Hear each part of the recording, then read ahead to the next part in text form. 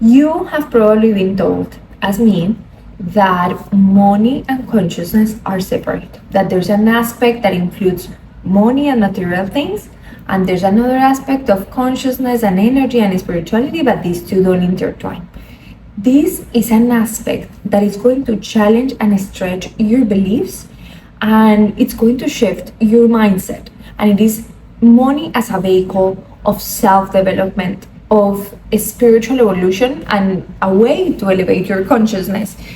One of the reasons why I do what I do is because when I was working as a consultant, I was surrounded by many people that were I thought successful, but I will see that in their lives there was something missing.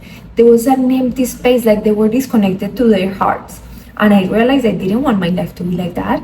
So I went and I traveled around the world through tribes and cultures and spiritual communities, looking for tools that will allow me to connect with that higher self. But then what I found there is that there were beautiful people with the most beautiful hearts, very wise people, but they were having a challenging time to pay the rent, and they were worried all the time about money. So I thought, like, if they are so connected with God and they are so connected with the source of everything, because I can see so much abundance in the world, how is it that they are in such a lower consciousness level, which is worrying all the time, living in anxiety, living below what they need, living almost like in that survival, afraid of what's going to happen with them? And in my own personal life, I decided that I was not meant to be in one side or the other, but I am meant to create in my life a bridge between the two. And what has been crazy for me is that the more that I work in my consciousness, the more that I can receive, and my relationship with money becomes better and better. How is it that I have found this meaning? I believe beyond your own personal beliefs in connection with God, with the universe, however you want to call it, there's an unity, God as the whole. And if this huge consciousness, imagine like a mass before the Big Bang, or just God before it incarnated. If God, being all that it is, decided to divide itself and be incarnated through you, through me, through the people around you, in order to experience itself, then when we limit ourselves to experience something, then we're limiting God. What do I mean by that? When I travel, we can go to the same place, but my experience of a trip is going to be different than yours. When I'm eating something, even if we're sitting in the same place, not only because I have a different perspective, but also because my eyes are different, because the meaning that I give to things is different, our experiences of consciousness are different. And through you experiencing more of life and me experiencing more of life, we are expanding God, we're expanding consciousness. The more that we want to behave like other people, the more that we try to fill a mold, the more that we're limiting that experience. And also, we have different things that calls us. There are some things that people want to experience to prove their worth, because people ask me, okay, Ellie, so when is it enough? And I can tell you that in my life, I have more than enough. I am so grateful. Every day I feel like I want to tear up, because I feel I am so rich in life, in all the aspects. And at the same time, not from a place of need, but from a place of devotion. I feel that it is my responsibility to create abundance, to experience much more of who I am, and be able to share with others without limits, because that's also how can I be a miracle for others. And so the difference is that if you feel that your worth is attached to money, if you feel that there's something you need to prove through money, if you feel like it's not enough right now, it's never going to be enough, and you're going to be chasing more and more and more and more. The problem is not that you want more, it is your nature, because you're a creator.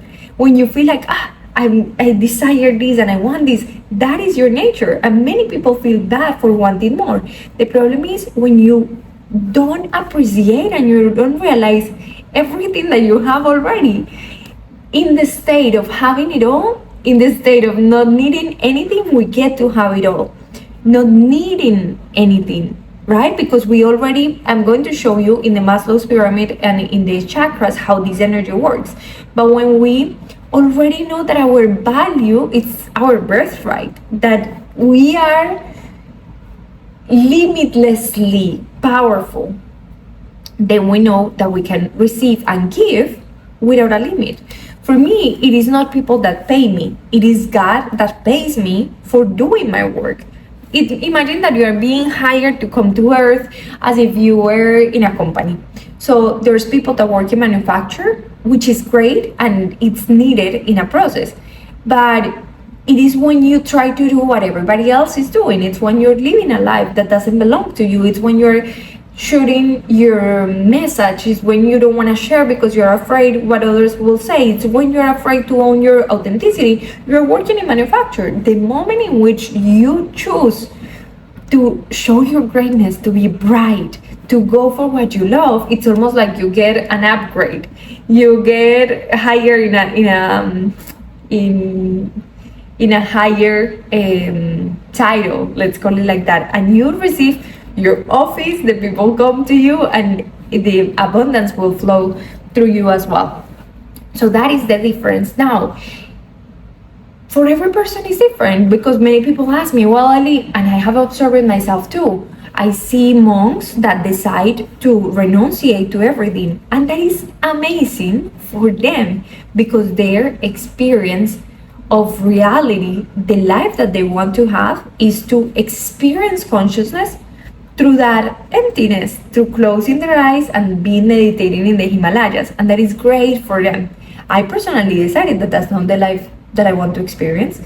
In my life, I want God to experience itself. I want to experience myself in my entire potential. So when I travel, I get to meet versions of me that I didn't know before. When I wear certain clothes, when I get to invite the people that I love to things that are amazing, when I know that the more that I receive, the more that I can give.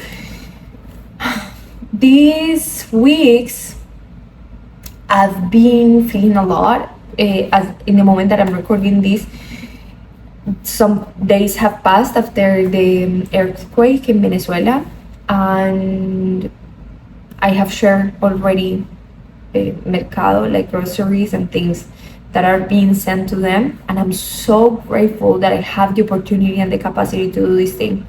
And at the same time, I have in my heart so present to the kids that are now without parents, and I know that it is in my responsibility to create more abundance. So in a moment like that where I feel I care so much about a cause, I don't feel limited on how much I would love to adopt one of those kids.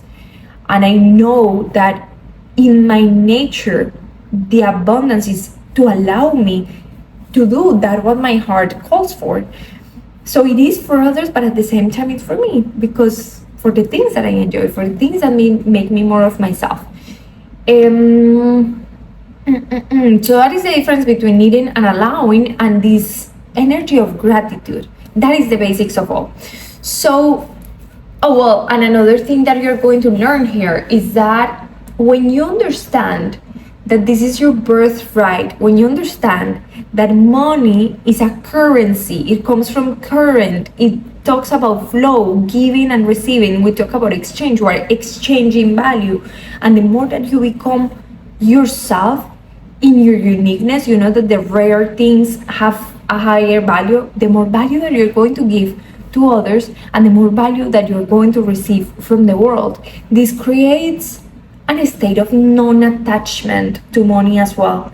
You can recognize it, and you know that it is just this energy, this flow, almost like when you're breathing, you breathe in and you breathe out, you receive and you let go with that naturality, because you know there's availability of this.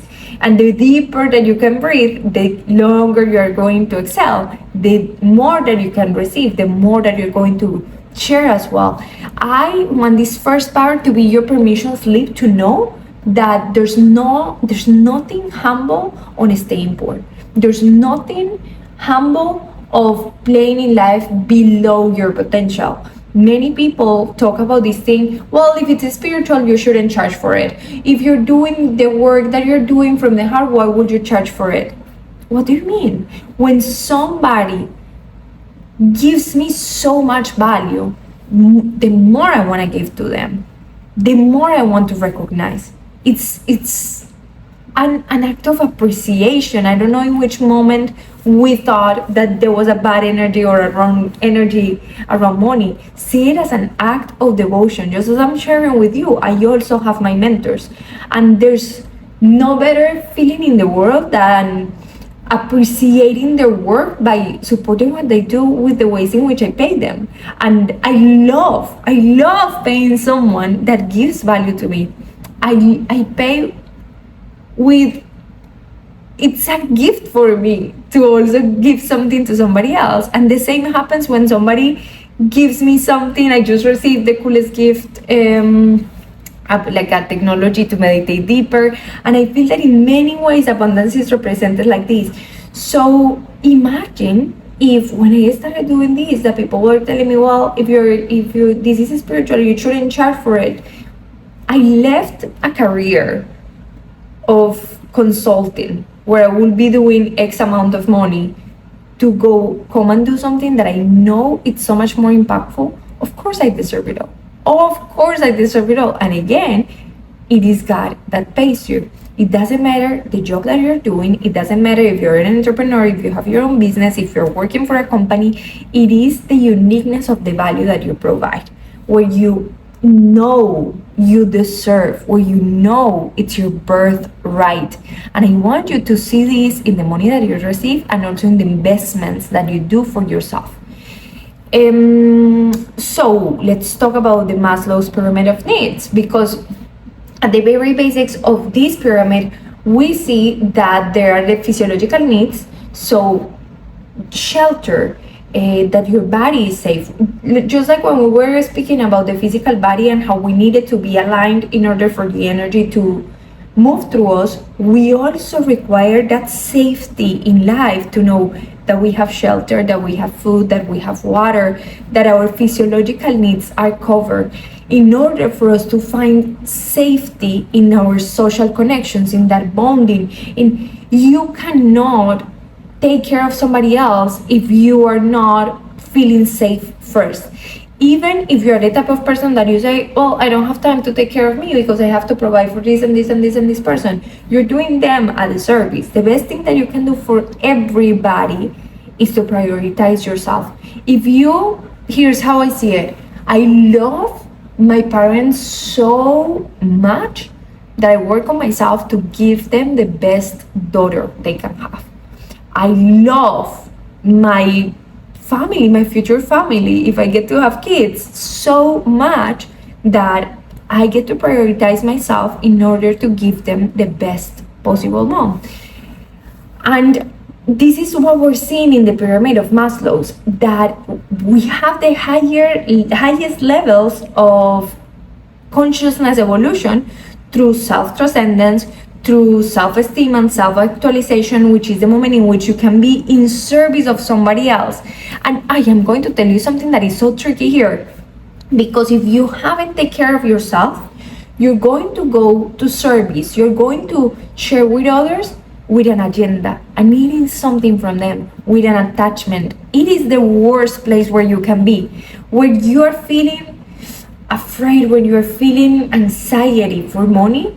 Every person that you meet, you see them as a target. You see them with an attachment. You want something. And when you are first in a good base, in a good ground, you can meet people just for who they are. I'm not meeting people in the street and trying for them to become a client.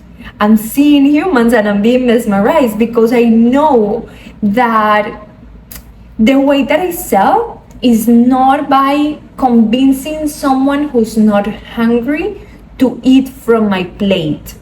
If they're not hungry, it doesn't matter how delicious my plate is, I'm not gonna try to convince them, what I do is that I keep bettering my recipe. I make the best recipes and I make it available, so for the people that is already hungry, they can immediately recognize food that is nourishing, that is delicious, and that they truly, truly, truly want. That is the first step in the mentorship too, for the people that come in and they feel like they are not ready or they are going to have to stretch financially. If I am teaching you that I don't want you to make decisions from pressure, and I have been taught so many strategies on how to sell and how to close people, but I don't want you to come to a process of evolution from the place that I need to do this and let me find it, and I want you to come as I cannot miss this. Like it's so visceral, such a visceral feeling of excitement, and that's how I want you to work. That's how I want you to live life, not from a place of almost like I'm surviving and I'm going to see what can I get, but from a place of expansion. What do you mean? Like I come from the divine, I have infinite potential. It is my responsibility to explore that, which is a gift that I have been given. That is the place that is going to be so powerful. You don't convince anyone of your value. You don't convince anyone of your worth.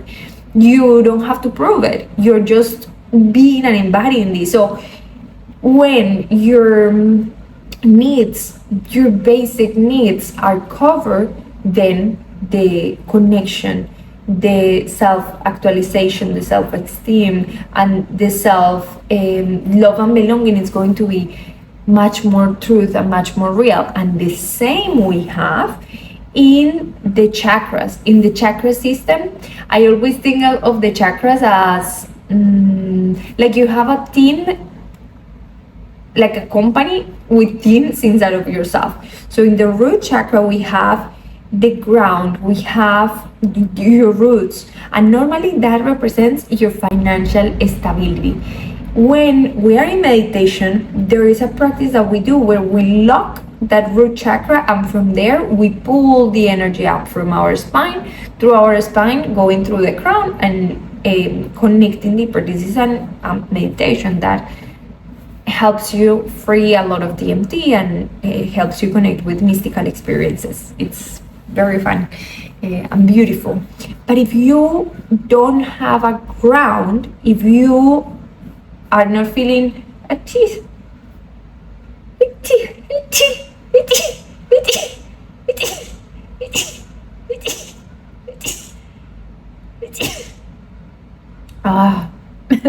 when I was in school, my teachers used to tell me that they used to tell me like, Elizabeth, what are you doing? We're in class, and this is the way that I sneeze.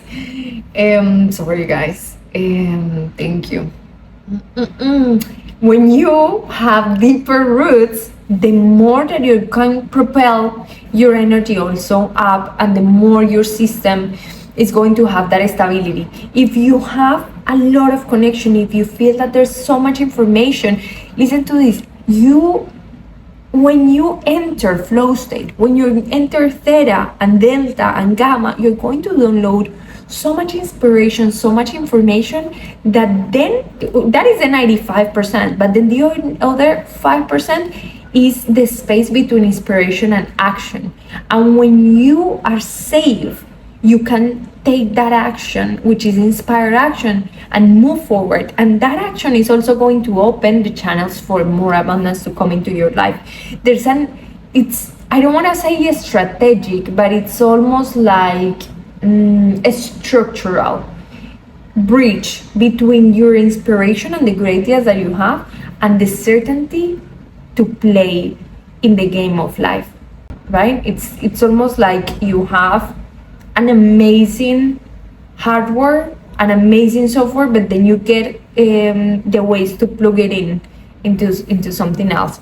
So this is an aspect of mentorship that I want to share with you, in the recognition of that relationship you have with money. Again, it is not from a place of needing it. It is from a place of allowing it as your birthright. It is from a place of bringing consciousness to your relationship with it, and literally an exercise that I love is like doing a letter to money, or you can also when you're doing your walks, you can speak to money as if it was a person. Hey, this is how I feel about you. Hey, I feel afraid about you, or why did you leave, or where have you been, where were you when I needed you, or I'm sorry because I haven't know how to keep you.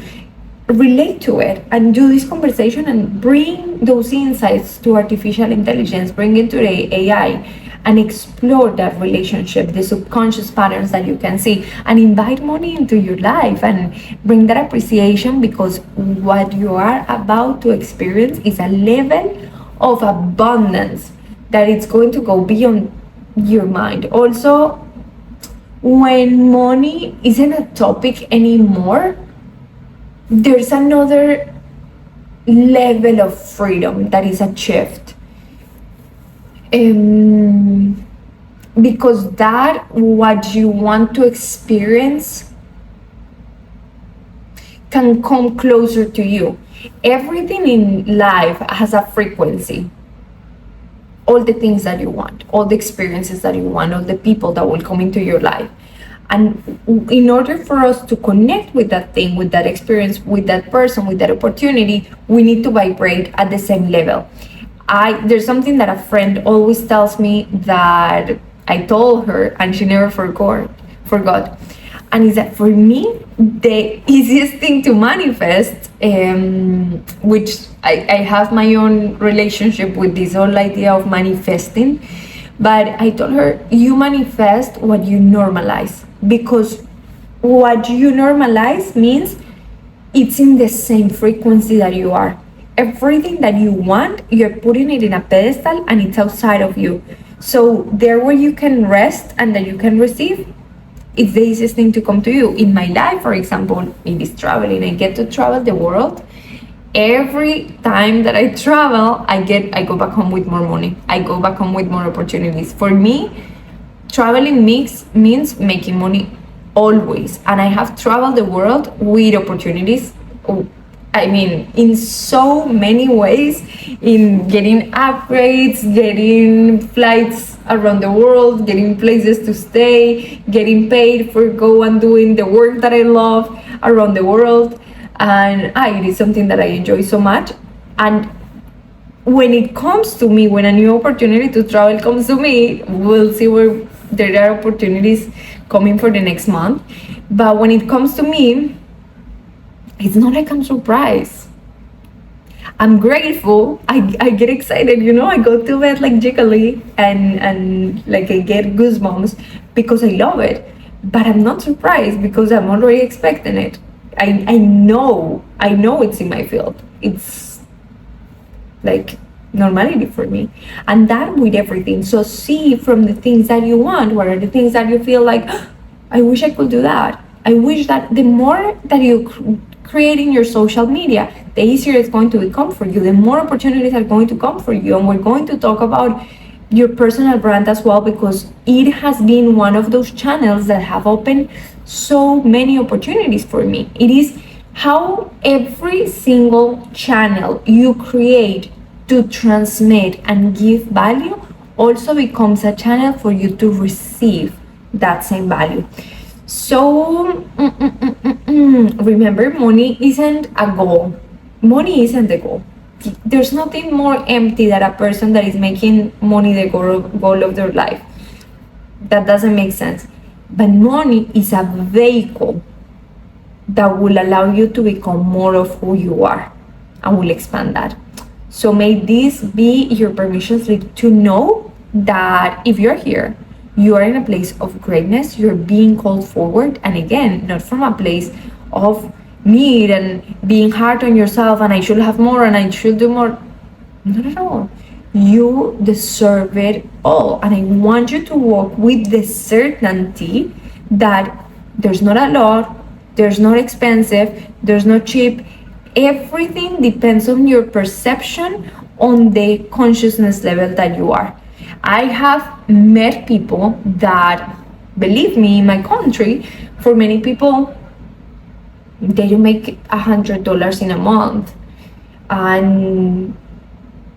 buying food for $5 is a lot.